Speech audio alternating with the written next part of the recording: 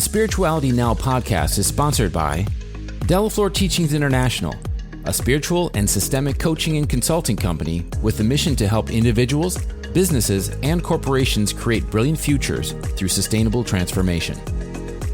Also sponsored by the Network for Human Empowerment, a philanthropic TV network that serves Spanish-speaking communities with free, conscious education aimed to empower individuals to become the best versions of themselves. And our podcast producer, Ascend Media, Authority Syndication, delivering premium video marketing, podcast production, and social syndication.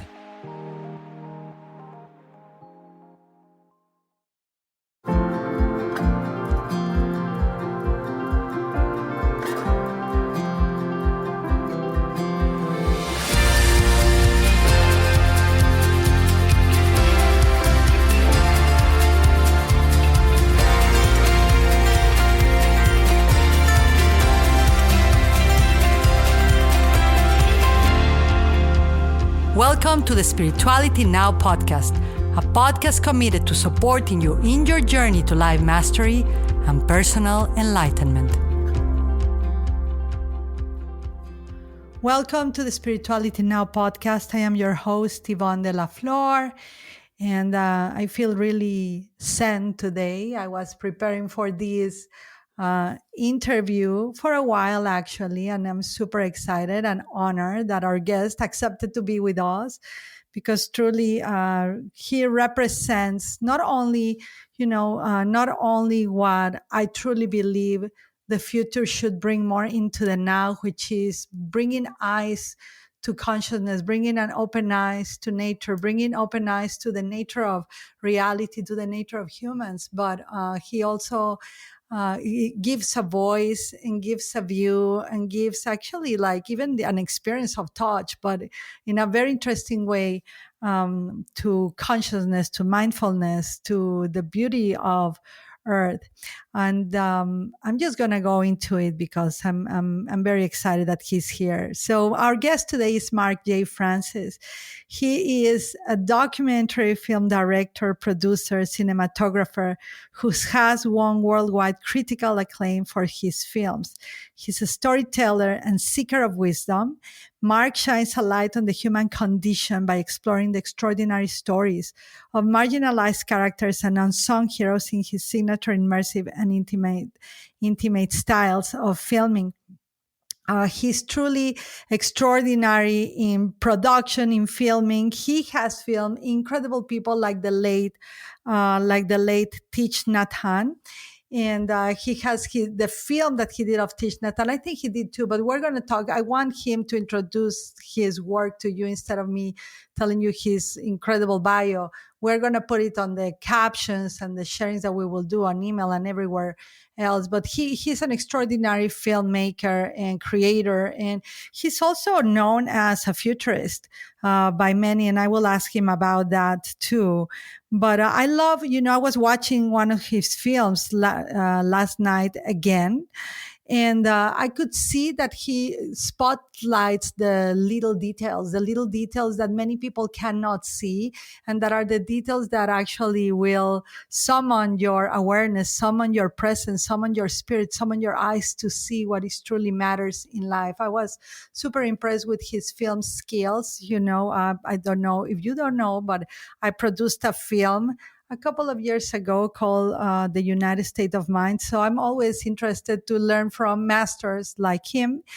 And he's working currently in the audiobook, which is no more than an audiobook. It's called Walk With Me in Sound. That's the documentary film that he did with Thich Nhat. And he also created a documentary called Love and Grieve, which I believe, with Elizabeth Gilbert, the author of Eat, Pray, and Love. I think that's Eat, Pray, and Love, and her late partner. So he also produced A Cloud Never Dies and filmed A Cloud Never Dies. So we're just going to go into it. So Marc, welcome to the podcast. Thank you so much for being with me. I'm super, I was really nervous. It's the first time, which is very weird because, you are all about mindfulness and creation and beauty. I love how you portray beauty of the world. I love how you communicated not only Thich Nhat Hanh, and I love, can I say something before we begin? And I give you the microphone, I promise.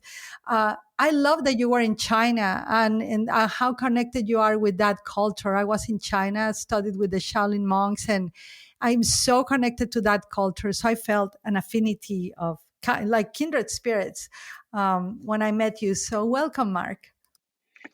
Thank you for having me. Yeah. So, Marc, so tell me a little bit about you. How did your journey as a filmmaker began? Because, I saw you and your brother have been on this, and I was reading your bio. I was reading everything you have out there. And it seems to me that it was a call when you were little, when you were young. How did this happen? Tell me a little bit about you.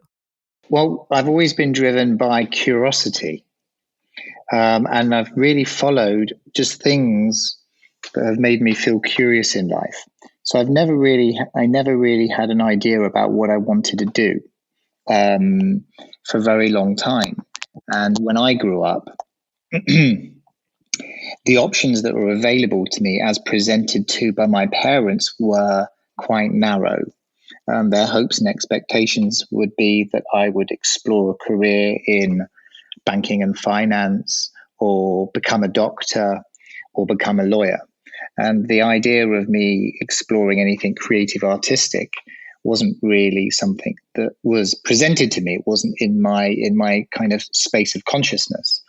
And it wasn't until I got to a decision I had to make, when I needed to decide what I wanted to do for what course I wanted to study at university, where I think my creative journey began, driven by this idea of just being open and curious. And I basically didn't want to go to university and study something that I didn't have an interest in, because I just didn't think I would actually turn up to the lectures. And I told my parents so, that don't waste your money on sending me to university to do something that I don't feel an interest towards. I've just come out of the education system, and that hasn't excited me at all. So unless I come up with something that's going to excite me, then I just don't want to even go to university. So with 2 weeks left to go before I had to do my application course, I went into the careers office library in my school, and I sat down in desperation, and I picked up the course handbook that listed every single course you could study in the United Kingdom. And I kind of looked up and I said, please help me find something. So I go down the index, and I go down the A's, I go down the B's, and I go down the C's, and my finger passes the word Chinese. And I go, Chinese? Can you really study Chinese? This was in 1995. Very little was known about China, even earlier, actually. This is in 1993. Very little was known about China back then. And I just thought, where can you study Chinese? And I found out that I could study this at Leeds University, and you get a year in China, and they organize everything.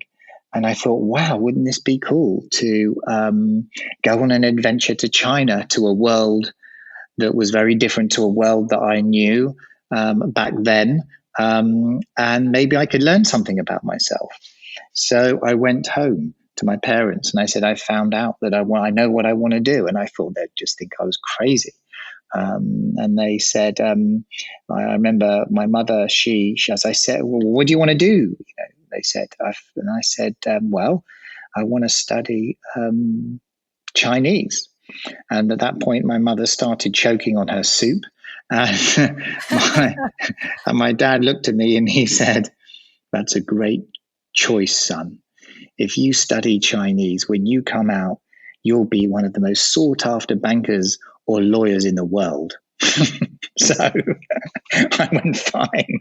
Wow. Just make sure you study Chinese with business and management, and you'll have the perfect degree.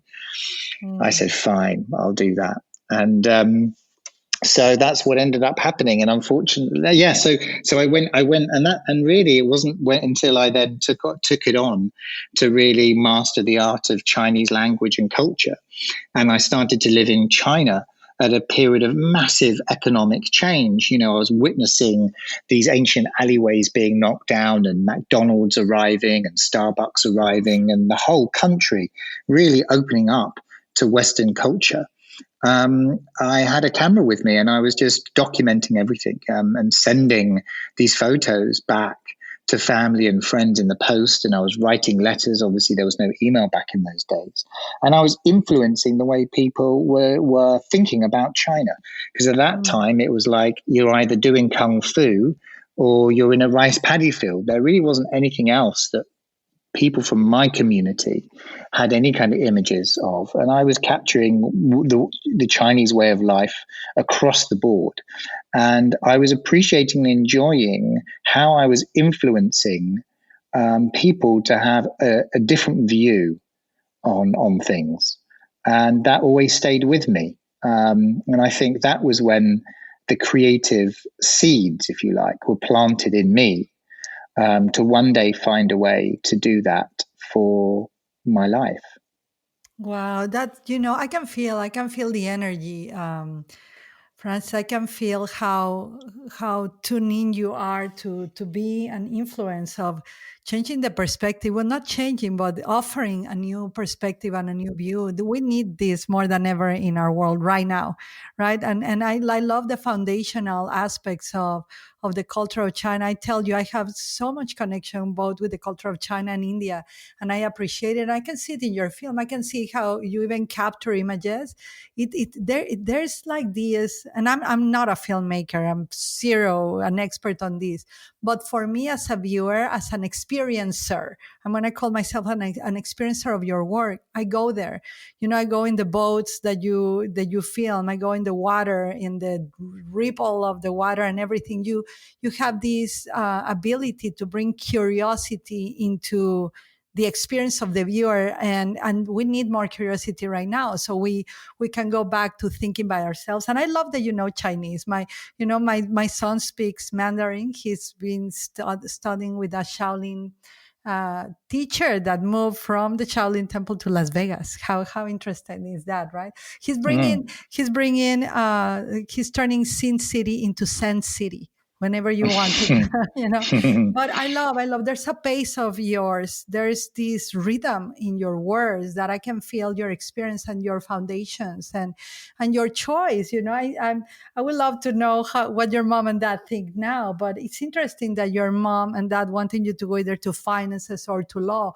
But isn't it true that in consciousness, that's what you are doing in a way? You're bringing financial awareness. You're increasing the value of consciousness. How incredible, profitable for spirit that is. Not with money, but with source, with experience, and law. You are kind of like a lawyer of curiosity, right? Respecting curiosity, increasing curiosity, bringing justice to consciousness. So for me, I can see how everybody's getting what they wanted, just in a different way. And I love that you got to do what you love. So how did you took the leap? You have this foundation and you found the influence, how powerful it is to bring a different view of things, of people, of culture to others. When did you decided to, I'm going to go and film, I'm going to capture these moments for others to immerse themselves in these experiences? I think when I returned back to the UK to finish off my courses, I started to specialize in Chinese cinema. And I got very inspired by the generation known as the fifth generation of Chinese filmmakers back in that day, and the way they use the cinematic art form to tell their own stories. And I started to think about using more and more of the visual form. My brother was also doing a kind of broadcast journalist course, as was a couple of other close friends of mine at the same university. So we all developed a strong interest in international social issue storytelling subjects. And we would spend many nights coming up with ideas and dreaming about how to tell them. And very early on, I remember while I was still at university, I won an opportunity to make a radio travel documentary for BBC Radio 4, because I had heard about this very secluded